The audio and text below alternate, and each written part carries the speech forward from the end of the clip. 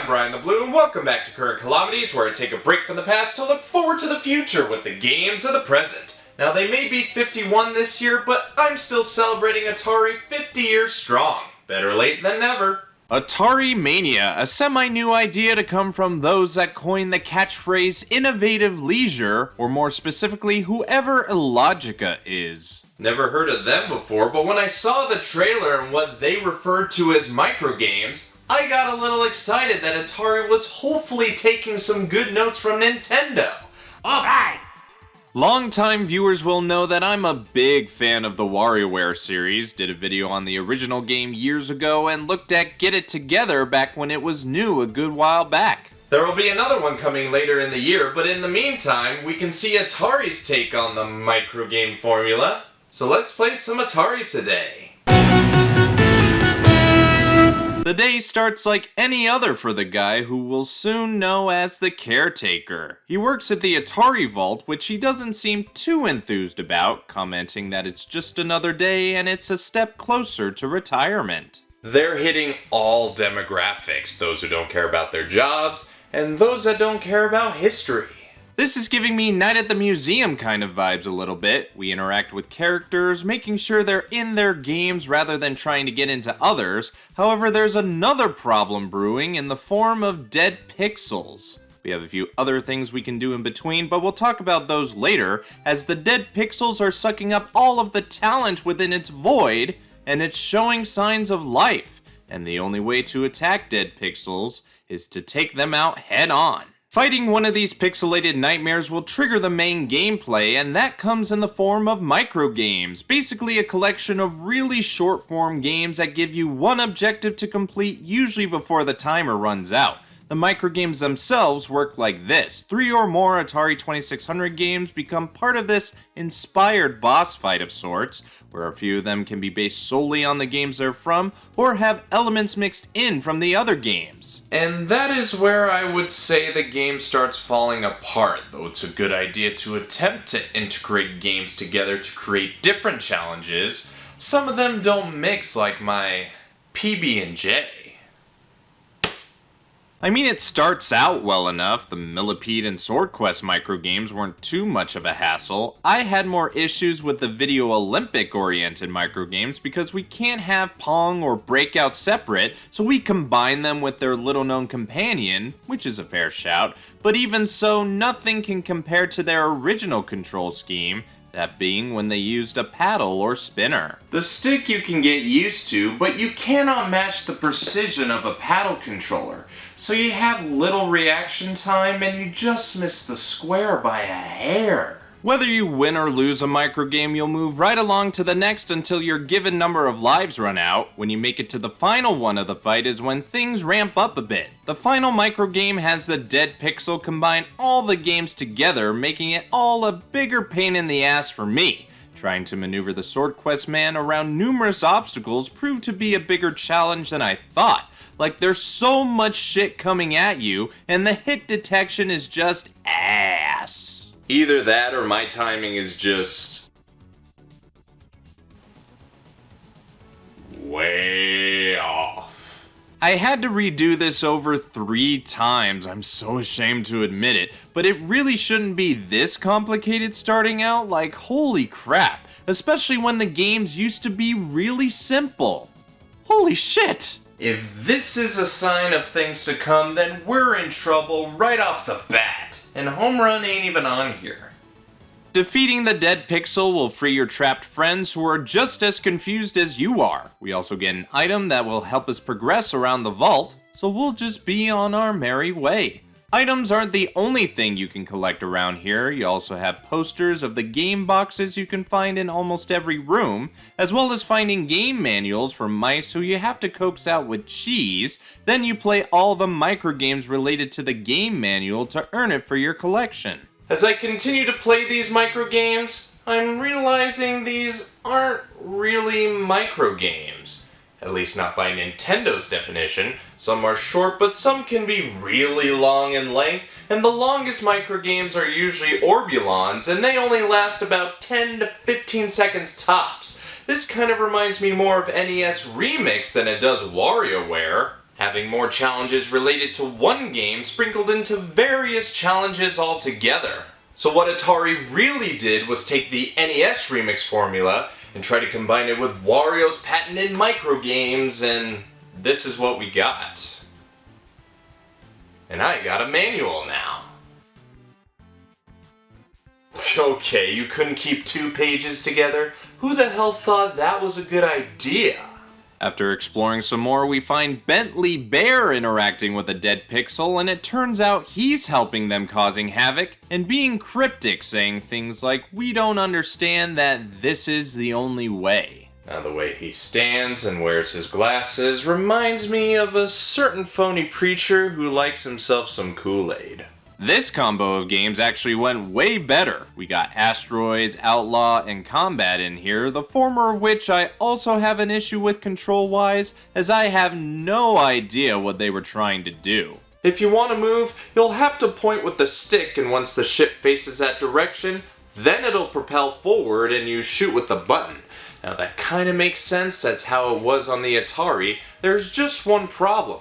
We have more buttons now, so we could have used another to thrust, and learning on the fly adds a whole lot of pressure.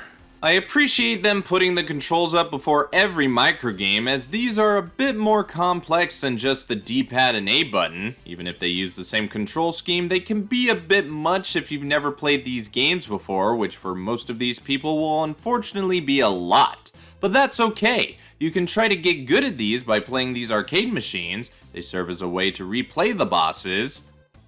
Only much longer? The choices they're making here are baffling. Do they think we want to play these that bad?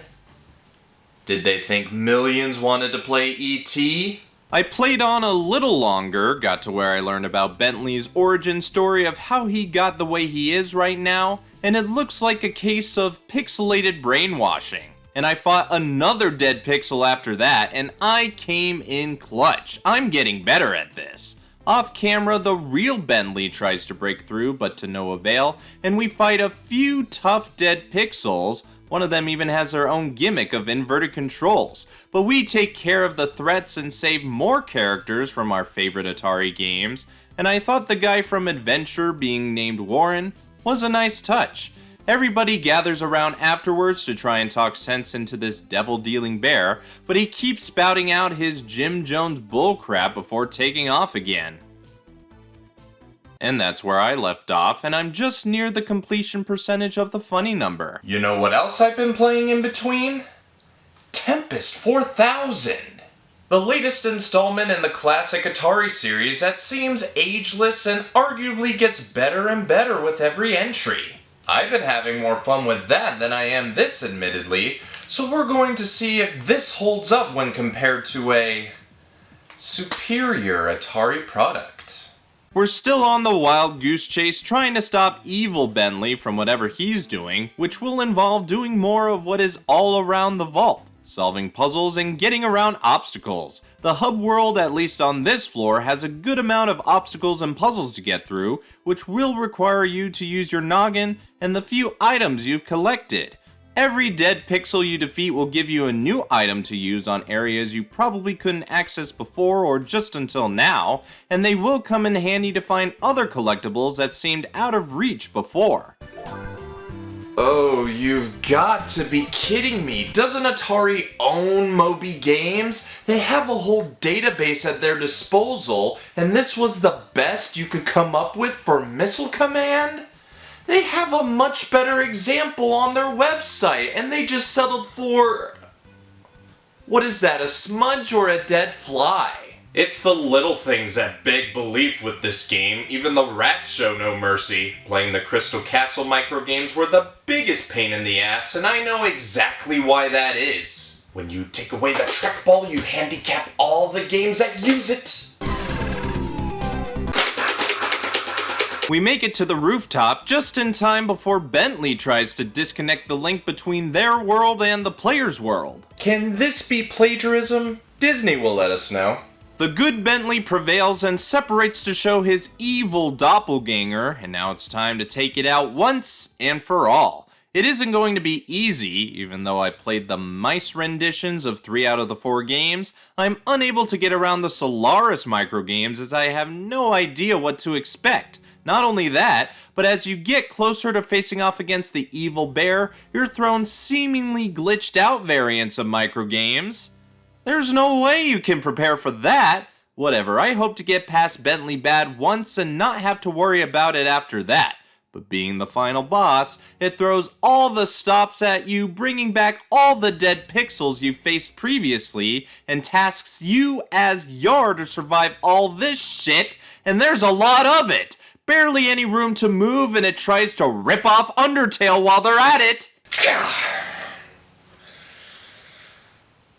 Oh, I don't want to play anymore. I just want to go back to Tempest 4000. Oh, the colors. But no! I must beat this. I'm already this far in, I'd hate myself if I didn't. Decided to get some of the puzzles and mice I missed in preparation for taking out this stupid ass bear.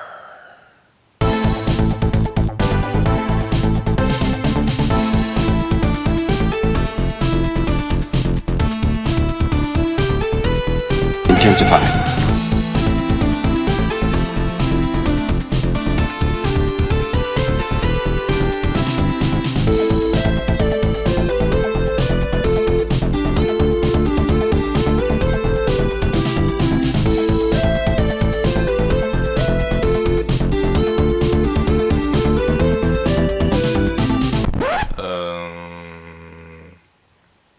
Hello?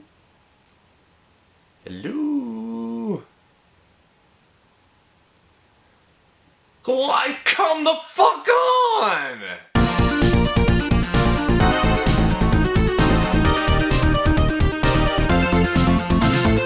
Finally! Finally! We're done.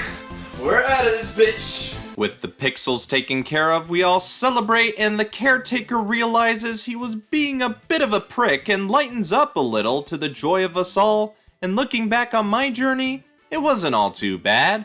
Just a case of major trial and error, and when you get used to it, it can be enjoyable. Now I have nothing better to do but get the remainder of boxes and manuals I'm missing. Only a couple more to go, and I just secured the Solaris manual. Okay, that was odd, but it saved my progress, right? Okay, fuck this. So with all that being said, what's my overall opinion?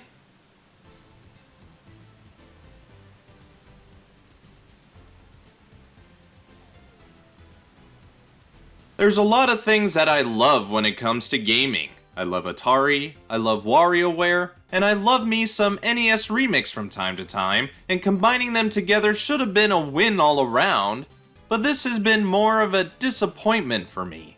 Atari Mania promised a better microgame experience, but failed in doing so as the games were somehow just a bit more complex than an actual Wario microgame in some respects, and it'll take more time to get used to them all, and once you do, it'll be alright, but nothing to write home about.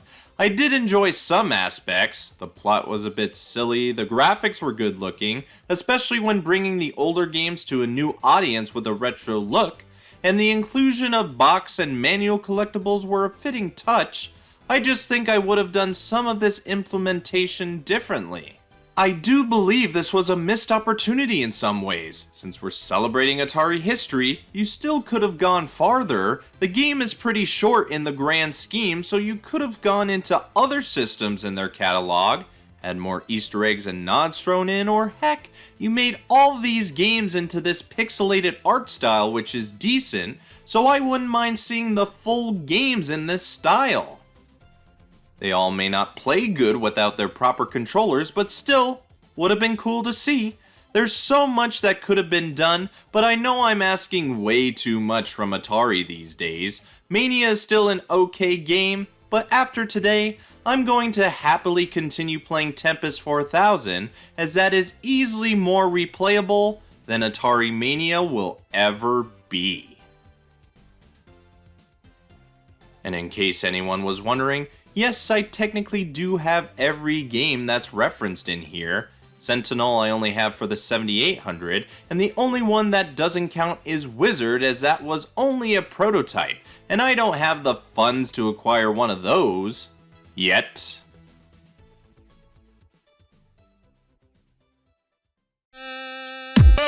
So what do you think? Do you agree with me, or have your own thoughts? Let me know by leaving a comment. If you like what you see, like the video with those thumbs up. If you think anyone else would like this vid, share it around. And if you want to see more of me, this show, and others, hit the subscribe button. I'm BrianTheBlue, thanks for watching. I'm going back to the past, and until next time, I'll see you in the future.